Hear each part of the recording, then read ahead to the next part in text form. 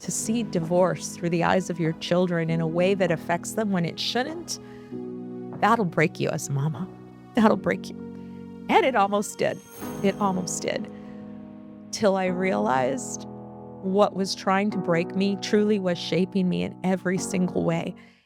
Welcome to Becoming Her. I'm Melissa Thompson. This is a podcast about lifelong evolution for the woman who knows she's not finished, not behind, not late, just in the making. And that's exactly where you're supposed to be. Welcome back to Becoming Her. Today, we're going to dive a little deeper into seasons that can break you, but instead, they actually shape you.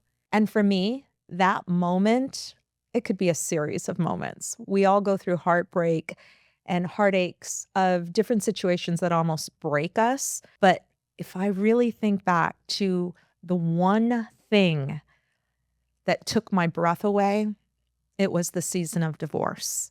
It was having 3 little ones that depended on me to be strong. And when I felt like my entire world was shattering, what I realize now, it really was something shaping me behind the scenes. Because divorce itself, it really is that extension of marriage, unfortunately, and marriage bringing people together. You find your identity in somebody else. And sometimes that's a good thing. But when you find yourself upon divorce, and especially a difficult one, you lose your identity. You have to remember who you are. And it's not for just yourself, especially when you have little ones. Finding your identity and who that person is just as a mom.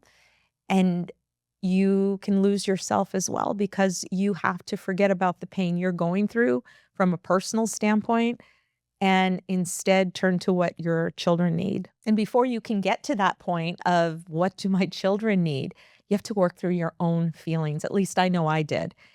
Shame, failure. There's a lot of different pieces of that puzzle that put it all together and somehow be strong enough to still have your children look at you as one whole piece, even though, let's be real, going through a season of divorce feels like your entire identity is shattered into about a zillion pieces on the floor.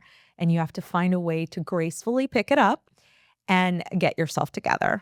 So during that period for me, nighttime and after I got the 3 children in bed was the only time I could regroup and really think. But sometimes the hardest things we deal with are our own thoughts. And being alone at night and thinking on everything that could go wrong and had gone wrong was tough. But it wasn't just what could have, should have, or what was possible in the future. It was things that I was struggling with on a daily basis. I remember one of the hardest moments of that era for me was realizing that people that were part of our family circle, and I'm not even talking family, I'm talking neighbors, people that surrounded my children, saw me as something different. They saw my identity different and took it out on my children. We had kids in the neighborhood that would play with mine, and I'll never forget that moment of my youngest walking in, very sad, went to the neighbor's house, and the neighbors would no longer let my children play with their kids. To see divorce through the eyes of your children in a way that affects them when it shouldn't, that'll break you as a mama. That'll break you. And it almost did. It almost did. Till I realized what was trying to break me truly was shaping me in every single way. It made me more in tune with my babies. It made me have a stronger perception of the person that I could be and what the world should be. I have a very clear picture in my head that every broken piece of my life, and there have been many, like we all have, it's made me stronger. It's made me who I am. And because of that, I can think back a few years after going through my divorce and watching other people have to deal with something similar. It helped me step up to the plate, to be the woman, to be the neighbor, to be the friend, to be the woman that supports the other woman and lifts them up during that time. There's always one thing that I can come back to that can break my heart in half, is thinking back to things that I wish could have been better for my children. but they weren't. And God took me through a season to teach me things, not just shape me, but to teach me, and not just for myself, but for the future, for the people that I would come into contact with, and for my own children later, and to prove that you can go through the struggle and you can come out on the other side stronger than ever before. And it didn't just make me stronger for my children or for people I would meet in the future. It actually made me stronger for my future self. Things that I would endure in life, from building a business to many other things that we all experience every single day. I knew I could survive. I knew I could, that it was possible, that I wouldn't wither away and crawl up in a little ball because life was throwing things at me. It taught me how to take that and not just it shape me, but me shape a situation on the way I looked at it, what I did with it, the fire it put in my belly. And when I say fire, sometimes that fire isn't all happiness.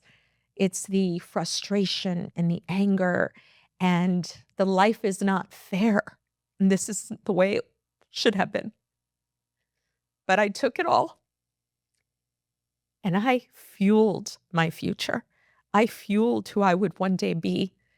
And so it wasn't just a gift God gave me for my children, but it was a gift that would be for my future self, and in turn for thousands of people that I have a truly blessed life to be able to serve now. And I know I'm not the only one. Oftentimes, when we're going through our biggest struggles and it's messy, beyond messy, we can think that's it. That's the end. That's what's going to do me in. And you know what they say, the message, it literally can come from the mess. And that's what happens. To be able to take that situation and listen closely. I personally believe God's talking to us at all times, and especially through the hard times. And what in your life could be happening right now that will put you in my situation later. And you'll be able to look back and go, it was a crazy time. It was a crazy ride. But that is who I am today. And even from that one moment, that one season of my life that to this day is the hardest thing I've ever had to endure, it taught me survival.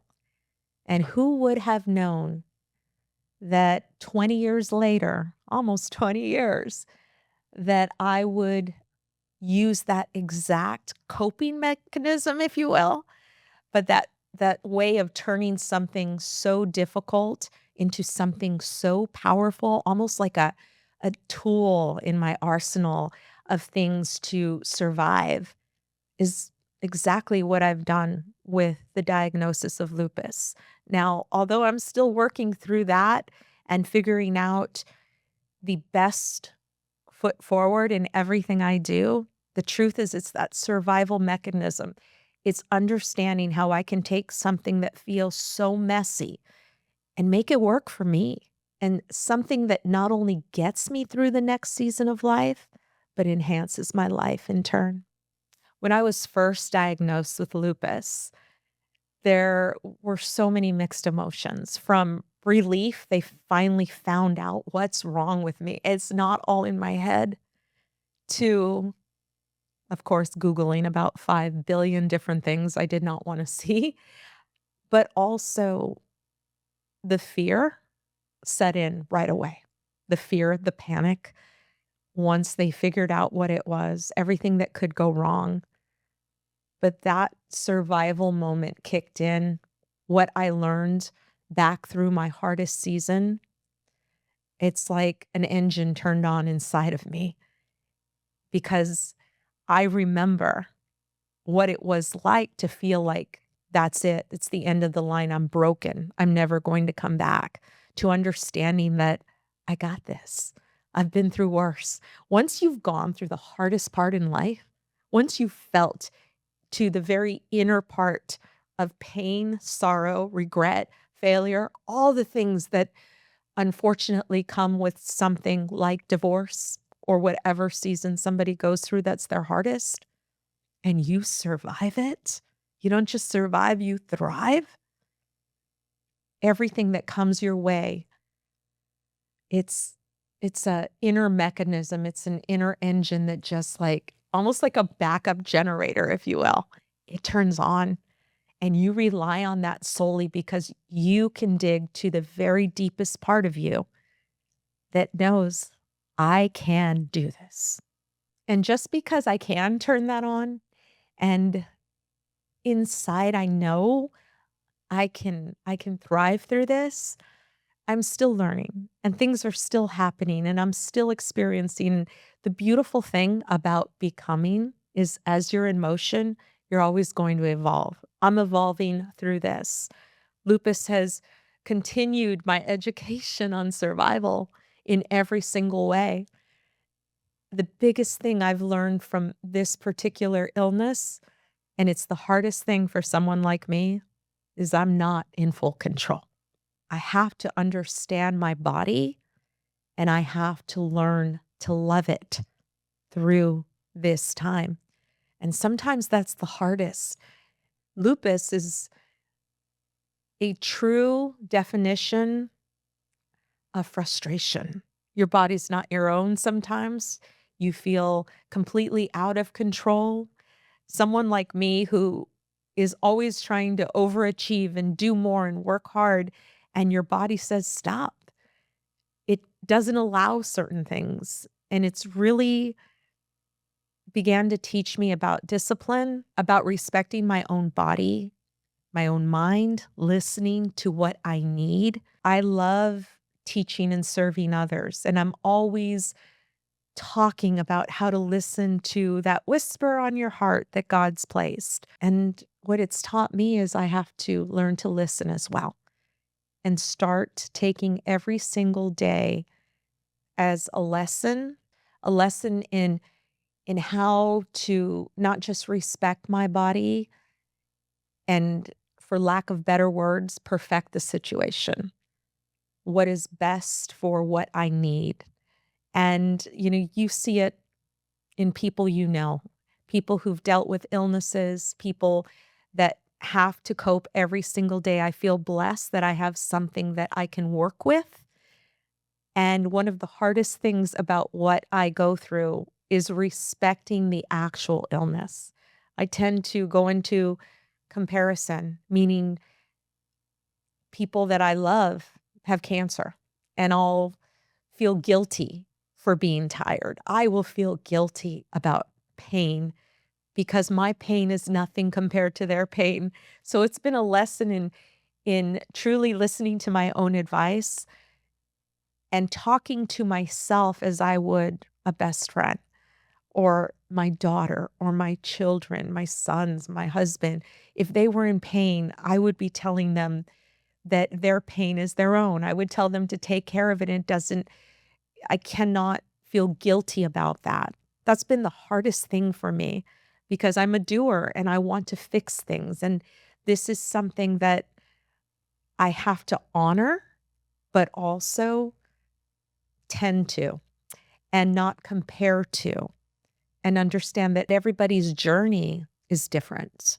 So if you're in a season this very moment and you feel there's nothing on the other side, this is it. This is what's breaking you. Breathe. Breathe and give yourself grace because you're here.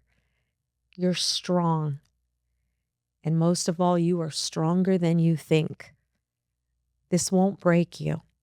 This will shape you. But you have to allow it. You have to remember what you're made of. Bad things happen to really good people. And it's okay to hurt. I think sometimes we try to pretend everything's okay, and that hurts us more than anything. We don't cry. We don't hurt. We don't allow ourselves to grieve. Whether you're going through a divorce, losing a job, losing a loved one, it's all a grieving process. To let go of what we thought should have been and to embrace what you will be, and to believe. And just with every episode, I want to ask you a becoming question of your own. What season broke you? And what did you build from it? Thank you for being here today. And remember, friend, you are not late. You're not behind. You're not finished. You are still in the making. Keep becoming. Thanks for being here. If you know someone who needs to hear this, send it to them. And if this resonated with you, comment down below. I'd love to keep this conversation going. Make sure to follow along on YouTube and Instagram for daily updates. You can find everything in the description. See you next time.